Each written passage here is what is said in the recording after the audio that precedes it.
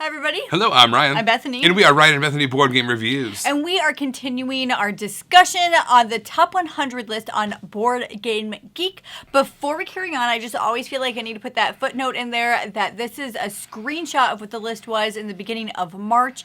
This list is a very fluid, living list. Things move around, things get added, things bump off all the time. So we just took a snapshot and we are discussing it as we go. Absolutely. So let us know your thoughts on all these games that we're going to be talking about. There's 10 good ones here, and we want to know what your thoughts are. We're going to give you our thoughts as we go through them. What have you played? What have you not played? What's good? What deserves to be on the list? What would we kick off if you had the chance? So yeah, let's kick it off. All right, so we're going to start with number 60, and that is Lahab. Have you ever played a game with someone and the person themselves, it was like a really bad teacher or a bad person to play against? No. Yes, you have. But, okay, yes, I have. But I'm really lucky. Ryan's an excellent teacher. I'm the only person he's ever played with. But you're the... It has happened, but Ryan's just great, guys. He's so good at teaching games. It's not about that. It's about this one person I'm talking about that I played this game with, and they taught this game. And one of those doesn't teach you the rule until after they use it and after it's benefited them. Yeah, it was egregiously bad teach. I barely knew what was going on, and after I played the game, I could see that this is a good game I could have liked.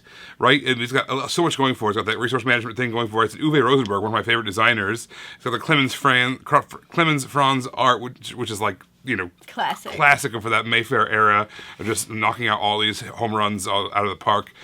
But because of the way psychology works, and because I played it with this particular person, I associate this game with that one play. Yeah. And I have no reason to come back to this game. Even though I know I like it, I'm just like, this game's terrible. Even though I know it's not.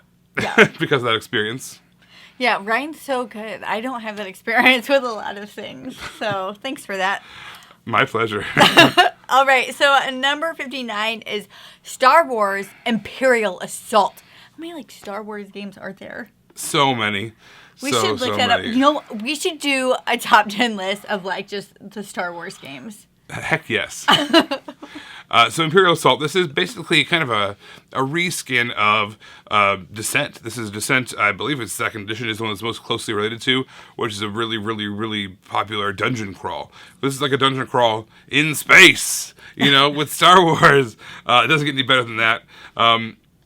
This is a game that I think that if you like Star Wars at all, you're going to find something about this game that you like. It's got all the exploration, it's got the adventure, it's very super thematic, right?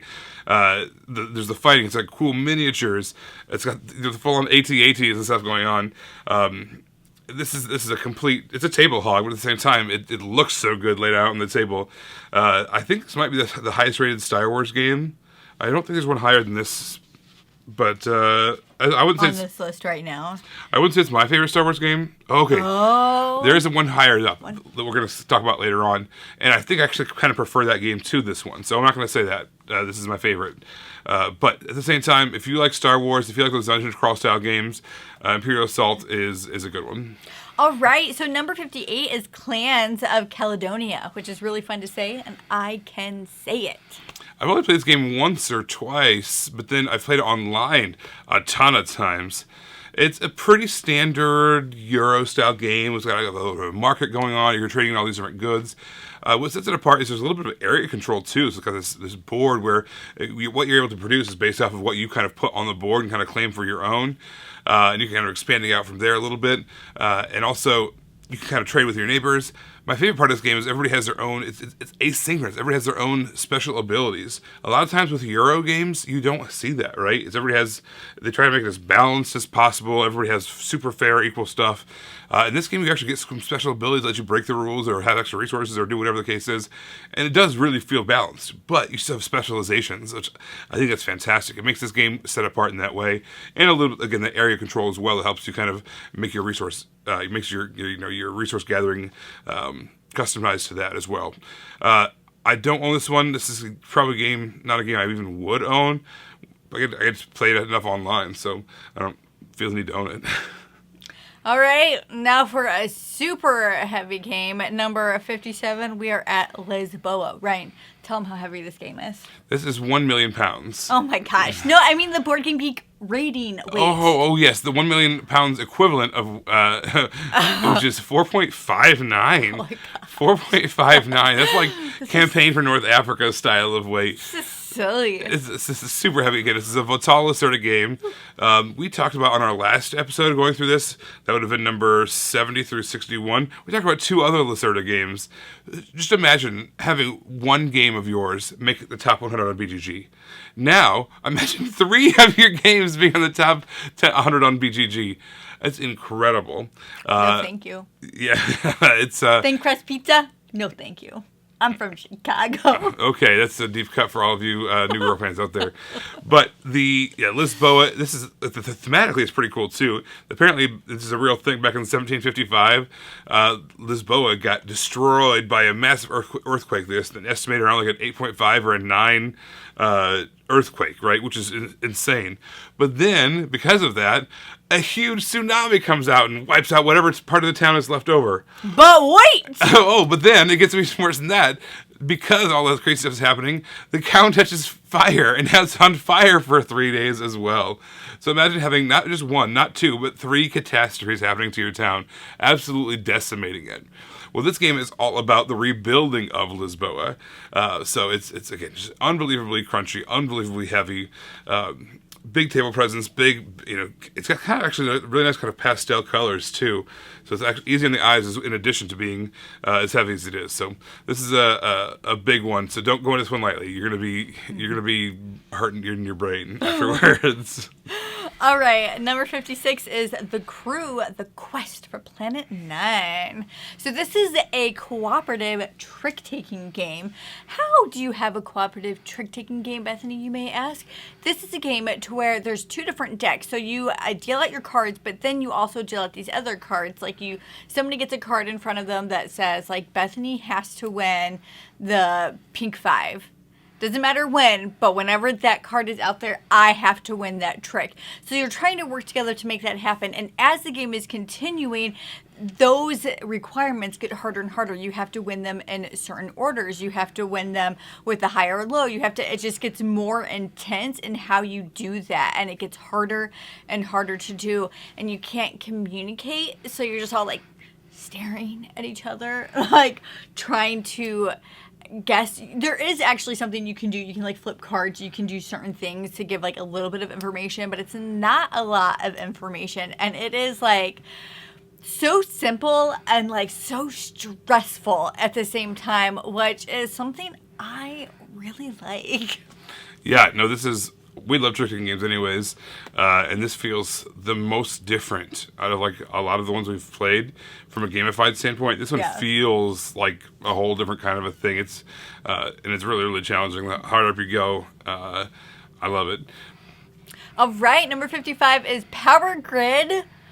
Oh my gosh, this is just a classic game. I have played so many different maps on this game because my brother has this, and he has like does he have all the maps? I think we've rounded out his unless there's one that's brand new maybe, but other than that, I think we've gotten him, or he's gotten himself, every single expansion. We just played Italy.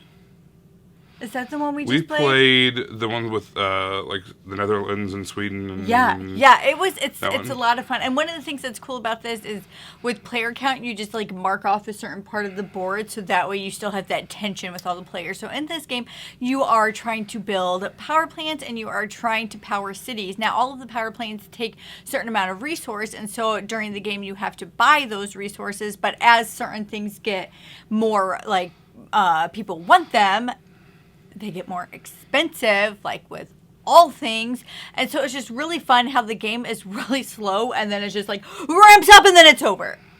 Like it's slow and then ramps up and then it's over. And for some reason I haven't been able to figure out how to win this game, but it's still really fun to play.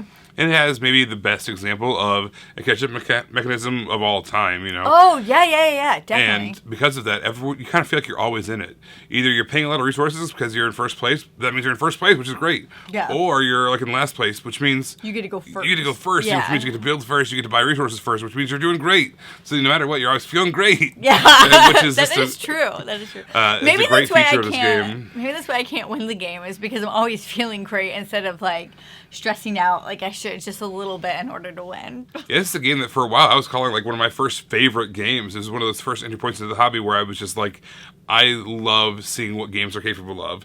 Knowing that, like I want to know more games. I want to know what else is out there. So this is still classic, still holds up. What a great game. All right, number 54 is Crocodile. It's like saying euchre. Yeah, this is a weird one for me. I know that it's insanely popular. I know that lots of people play it. It doesn't have a publisher per se. Just has manufacturers of the boards.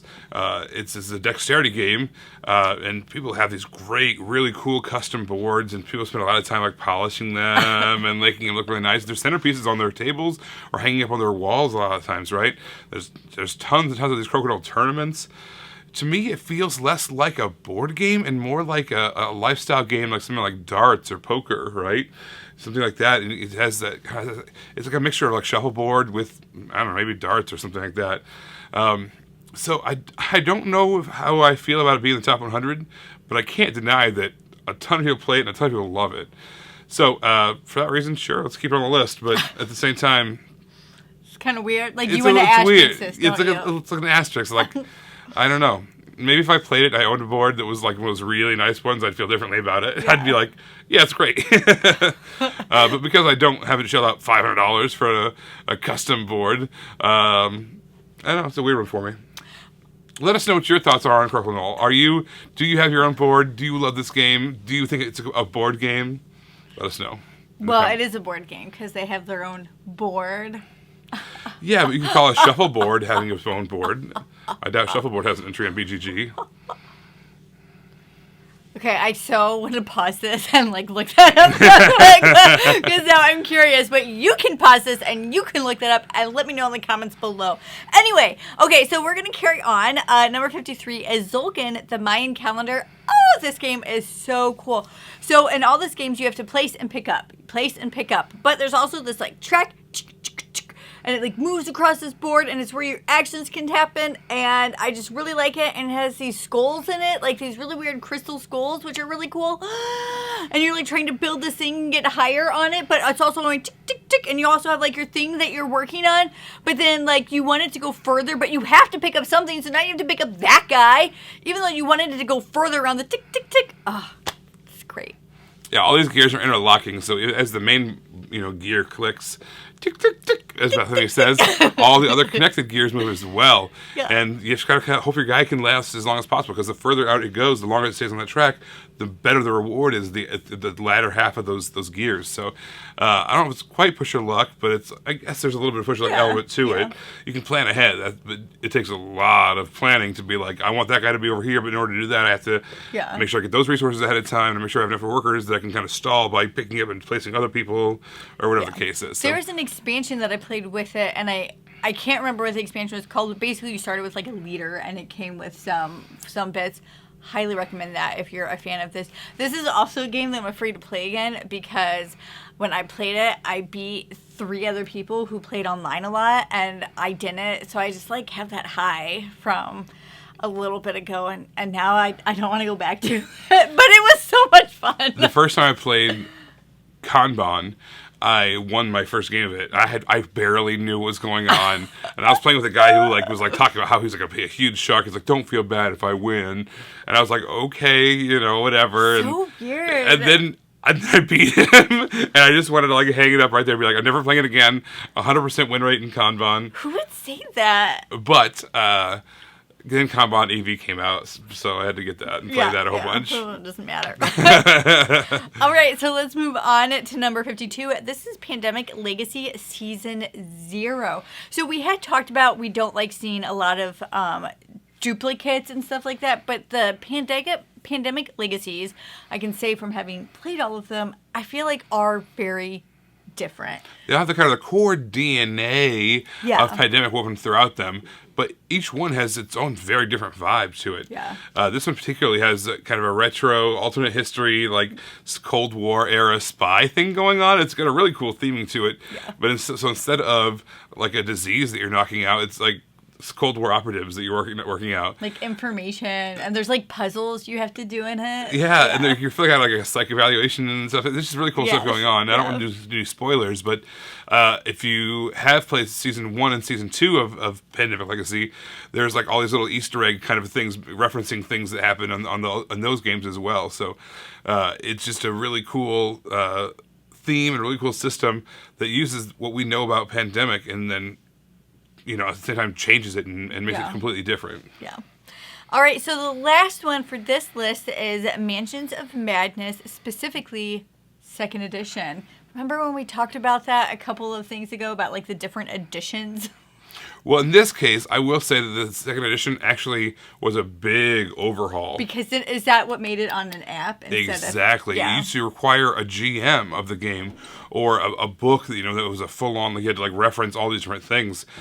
This put the whole thing on a tablet or an app of some kind, so that way that was doing the behind-the-scenes math instead of having to have a person do it, which made the game so much more accessible.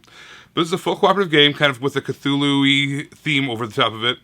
And it is the perfect for, a spooky Halloween night. Play it after dark with dim lighting and a little bit of spooky music going behind you with the app. At our little convention that we have, which is more or less just a gaming weekend getaway kind of a thing, there's like one room that we go to where we can dim the lights and it's kind of a quieter room. And this is the perfect time to play this. But every game itself tends to linger on a little long. They're not short sessions. You're talking to maybe 2, 3, 4 hours for each one of these sessions. It's not really a campaign per se. But they don't build off of each other. But they're all kind of individual episodes. You can kind of cherry pick which episode you want to do, and it tells you which ones are more complex or whatever. But tons of little minis, tons of little chits. A big box that it comes in, but you get every bit of money's worth out of it. Really cool system. So that's our list. That's BoardGameGeek's list. That's BoardGameGeek's list. That's our list. That's our list within their top 100. Yeah. So everybody, we want to know what your thoughts are on this chunk. Are there any games on this section that you're like, obviously, why isn't that up higher? Are there any games on this section that you're like, why is that on the list at all? We want to know. We want to hear your thoughts. Let us know in the comments below. And if you enjoyed what you watched, consider leaving us a tip. There is a link down below and how to do that. Until then, you can find us in all of these places. You guys, thanks for watching, and we will see you next time. Bye.